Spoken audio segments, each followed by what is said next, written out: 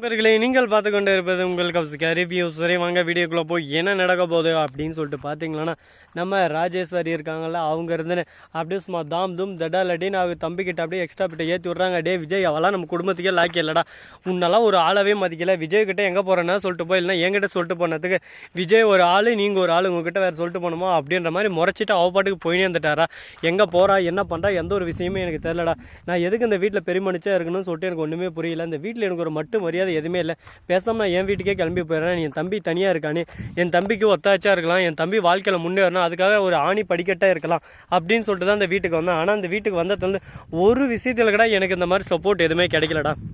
நான் எதுக்கு அந்த வீட்டுக்கு வந்தேன், தெரியாமல் தப்பு பண்ணிட்டணும் அப்படின்னு சொல்லிட்டு நிறைய தருணம் யோசிச்சிருக்கேன். யோசிச்சதோட மட்டும் இல்லாமல் திரும்ப போயிடலாமான்னு சொல்லிட்டு யோசிச்சிருக்கேன்.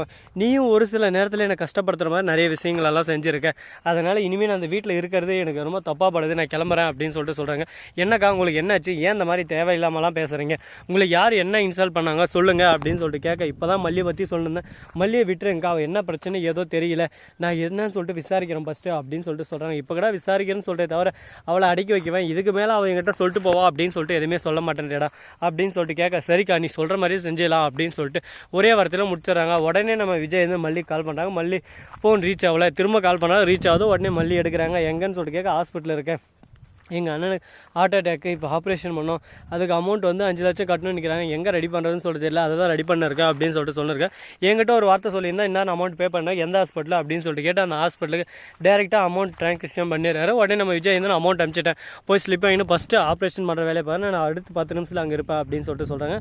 உடனே நம்ம மல்லி இருந்தாலும் சரிங்கன்னு சொல்லிட்டு ஃபோனை வச்சுறாங்க. என்னடா உன் பொண்டாட்டி என்னடா சொன்னால், எவனோ ஒருத்தனுக்கு நீ எதுக்குடா காசு தரணும், இதெல்லாம் நம்மளுக்கு தேவையான விஷயமா சொல்லு பார்க்கலாம், தேவையில்லாமல் இது மாதிரி நம்ம பண்ணுவோம் தானே பண்ணுறாங்க, இது சும்மா கடை இருக்கலாம், யாருக்கு தெரியும் அப்படி இப்படின்னு சொல்ல மல்லி இந்த மாதிரி விஷயத்தெல்லாம் போய் சொல்ல மாட்டேன்.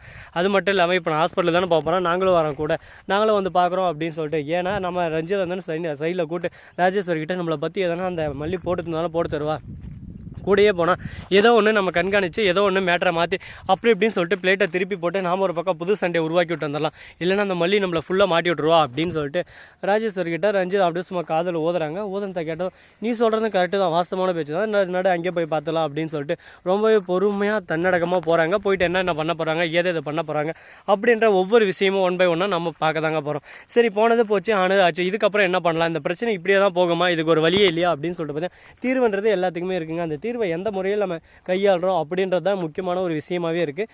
பார்த்துக்கலாம். எவ்வளவோ பிரச்சனையை பார்த்துருச்சு வாழ்க்கையில், இதெல்லாம் ஒரு பிரச்சனையடா, எல்லாத்தையும் சமாளித்து நம்ம வாழ்க்கையில் முன்னேறணும்னா ஃபஸ்ட்டு நம்ம வாழ்க்கையில் வர பிரச்சனையெல்லாம் எப்படி ஃபேஸ் பண்ணணும் அப்படின்னு சொல்லிட்டு நம்ம தெரிஞ்சுக்கணும். இல்லைனா வாழ்க்கையில் ஒரு விஷயத்தையும் நம்மளால் சாதிக்க முடியாதுங்க. அதுபோல் தான் நம்ம விஜய் பண்ணுற விஷயம் எல்லாமே இருக்குது. விஜய் வந்து ஒவ்வொரு விஷயமும் பார்த்து பண்ணிருக்காரு. அது மட்டும் இல்லாமல் இப்போ கனடா போகிறது வந்து டிலே ஆகினே இருக்குது. ஏன் எதனால் அப்படின்னு சொல்லிட்டு பார்த்தீங்கன்னா, கரெக்டாக நம்ம மல்லி இருக்காங்களா, அவங்களோட தான் கனடா வரணும் அப்படின்னு சொல்லிட்டு ரொம்பவே ஸ்ட்ரிக்டாக சொல்லிட்டாங்க. இது என்னடா புது ரூல்ஸ் ஆகுது அப்படின்னு சொல்லிட்டு பார்த்தீங்கன்னா, அந்த கம்பெனி இவங்களுக்கு ஆஃபர் கொடுக்குற கம்பெனி வந்து ஃபேமிலியை வந்து ரெஃபர் பண்ணியிருக்கு. ஃபேமிலியாக இருந்தால் எங்களுக்கு கம்ஃபர்டபுளாக இருக்கும். ஏன்னா நம்ம ஃபேமிலியை தான் ரன் பண்ணி இந்த அளவுக்கு க்ரோத் ஆகி முன்னேறி வந்திருக்கோம். அது மாதிரி நீங்கள் உங்கள் ஃபேமிலியோட வந்தால் எங்களுக்கு சந்தோஷமாக இருக்கும் அப்படின்னு சொல்லிட்டு சொல்கிறாங்க. சரி, ஓகே, நீங்கள் சொல்கிறதும் வாஸ்தவமான பேச்சு தான், கரெக்டு தான் மேடம், அது போலவே செஞ்சிடலாம் அப்படின்னு சொல்லிட்டு முடிவு எடுத்துடுறாங்க. நம்ம விஜய் மல்லிகிட்ட சொல்கிறாங்க. மல்லி எதுவும் எங்கிட்ட பாஸ்போர்ட் இல்லை, நான் வர முடியாது, நீங்கள் போயிட்டு வாங்க, எங்கள் அண்ணனை பார்த்துணும் அப்படின்னு சொல்லிட்டு சொல்கிறாங்க. உடனே நம்ம விஜய் ஃபோன் பண்ணி போஸ்ட்போன் பண்ணி வைக்கிறாரு. எத்தனை நாளைக்கு அப்படின்னு சொல்லிட்டு பார்த்தீங்கன்னா 1 மந்த்துக்கு கரெக்டாக உடம்பு சரியாக வரையும் நம்ம ராஜேஸ்வரி வந்து சண்டைக்கு வரா. எதுக்குடா இந்த வேலை உனக்கு, அவள் வரலன்னா போனால் போச்சு, ரஞ்சிதா கூட்டின்னு போக வேண்டியதுதான்டா, எதுக்குடா அந்த மாதிரி பண்ணுறா அப்படி இப்படின்னு சொல்லிட்டு ஃபேமிலியோட வரணும்னு சொன்னாங்க. உங்கள் காதல் விழிஞ்சே இல்லையாக்கா, ரஞ்சிதம் பொண்டாட்டின்னு சொல்லி இந்த ஒரு டைம் சொல்லி விட்றா அப்படின்னு சொல்லிட்டு அக்கா என்னக்கா பேசுங்க, முட்டாள் மாதிரி பேசினிருக்கீங்க, ரஞ்சிதா ஒரு வீட்டுக்கு வாழ போகிறவ, அது மட்டும் தான் மல்லியை தவிர நான் வேறு யாரும் மனைவின்னு சொல்லிட்டு கனவு கூட நினச்சி பார்க்கல, என்னை விட்டுருங்க, தேவையில்லாமல் என்கிட்ட பேசினிருக்காங்க, அதை பற்றி பேசாதீங்க, விட்டுருங்க அப்படின்னு சொல்லிட்டு அந்த இடத்துல அந்த கான்செப்டை முடிச்சிடுறாங்க. உடனே நம்ம விஜயும் போயிட்டு நல்லா அக்கறையாக அரவணைப்புலேருந்து எல்லாமே அவங்க அண்ணனை பார்த்துறது எல்லாமே நம்ம விஜயை முன்னிலை நின்று பார்த்துன்னு இருக்காரு. இந்த மாதிரி ஒரு நல்ல மனசன் கிடைக்கிறது யாராலையும் தடுக்க முடியாதுங்க. ஏன்னா ரொம்பவே சொக்கத்தாங்கன்னே சொல்லலாம். விஜய் எந்த அளவுக்கு ஒரு பக்கம் பார்த்துக்கிறாருன்னா அது எந்த அளவுக்கு அவர்கிட்ட ஒரு பக்குவம் இருக்கணும், எந்த அளவுக்கு ஒரு பக்கம் அந்த வலிமை இருக்கணும். நிறைய பேர் இருப்பாங்க, யாராயங்கடி சும்மா எதனா ஒன்று ஆயிடுறாங்க, நம்ம உயிரை பிடிச்சி வாங்குறாங்க அப்படின்னு சொல்லிட்டு தேவையில்லாத வார்த்தையில தான் கொட்டுவாங்களே தவிர அந்த இடத்துல பார்த்துக்க சொன்னால் பார்த்துக்க மாட்டாங்க. ஆனால் இவங்க பாத்திரத்துலேருந்து எல்லாமே பக்குவமாக பார்த்து பண்ணுறாங்க. இதை பார்க்கும்போது நமக்கே ஒரு பக்கம் சந்தோஷமாக இருக்குது. எப்படியோ அவனோட குடும்பம் சந்தோஷமாக இருந்தால் சரி, இந்த மாதிரி பிரச்சனைகள் வராமல் சந்தோஷமாக ஒன்று கூடி வாழ்ந்தால் நமக்கு என்னங்க பிரச்சனை, அவங்க சந்தோஷமாக இருந்தால் போதும், நாம நம்ம வாழ்க்கையில் ஜம்முன்னு கும்முன்னு இருக்கலாம். அதை விட்டுட்டு ஐயோ இந்த மாதிரி பிரச்சனை, ஐயோ அந்த மாதிரி பிரச்சனைன்னு சொல்லிட்டு பிரச்சனை மேலே பிரச்சனை வந்தோன்னா அது ஒன்றுமே பண்ண முடியாது. வாழ்க்கைன்னா பிரச்சனை வரும். பிரச்சனை வராமல் வாழ்க்கை எங்கே தான் இருக்குது சொல்லுங்கள் பார்க்கலாம். ஒரு இடத்துல இந்த மாதிரி பிரச்சனை வராது, இந்த வாழ்க்கை நல்லாயிருக்கும், இங்கே ஜம்முன்னு இருக்கும் கும்முன்னு இருக்கும் அப்படின்னு சொல்லிட்டு சொன்னீங்கன்னா வாய்ப்பே இல்லை. பிரச்சனை எல்லாத்தாலையும் வரும். அது எப்படி நம்ம ஃபேஸ் பண்ணி எப்படி அதில் முன்னேறி போகிறோம் அப்படின்றது தான் அங்கே ஒரு விஷயமாகவே ஒரு கருத்தப்படும். பாப்பா என்னென்ன நடக்க போகுதுன்னு சொல்லிட்டு. ஸோ நண்பர்களே, இந்த வீடியோ பிடிச்சிருந்தா லைக் பண்ணுங்கள், கமெண்ட் பண்ணுங்கள், ஷேர் பண்ணுங்கள், டிண்டிங் மேலே தட்டி விட்டு போங்க.